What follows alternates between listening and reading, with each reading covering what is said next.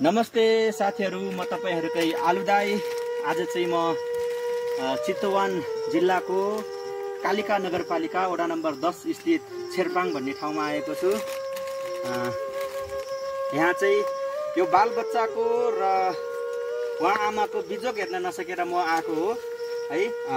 हाम्रो कालो बादल भन्ने भाइले चाहिँ भिडियो हालिराख्नुहुन्थ्यो यो घरको, अनि उहाँहरुको हेर्नुस् केही पनि छैन, खाने एक गेडो पनि छैन, एक गेडो चामल पनि छैन, तरकारी पनि छैन, केही पनि छैन। भाँडाकुँडा हेर्न सक्नुहुन्छ यहाँ तपाईहरुले, अलिक नजिक आएर देखाउनु भाइ। भाँडाकुँडा यसैमा पकाएर खानुहुन्छ।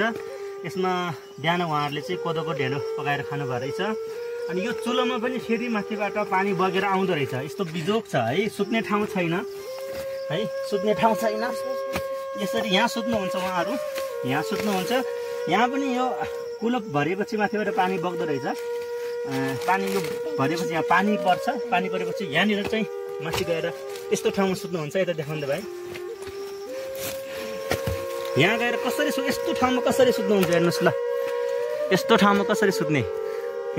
यो चाहिँ उहाँले अघि भन्नुभएको थियो ज्याला गरेर अलिकति यो कोदो ल्याउनु भएको छ। उहाँले दिनभरि ज्याला गरेर चाहिँ यति कोदो पाउनुहुन्छ।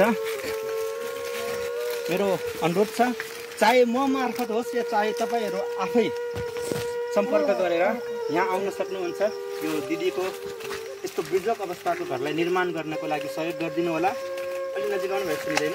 यहाँ चाहिँ न बाटो छ न त यहाँ बिजुली बत्ती नै छ, केही पनि छैन।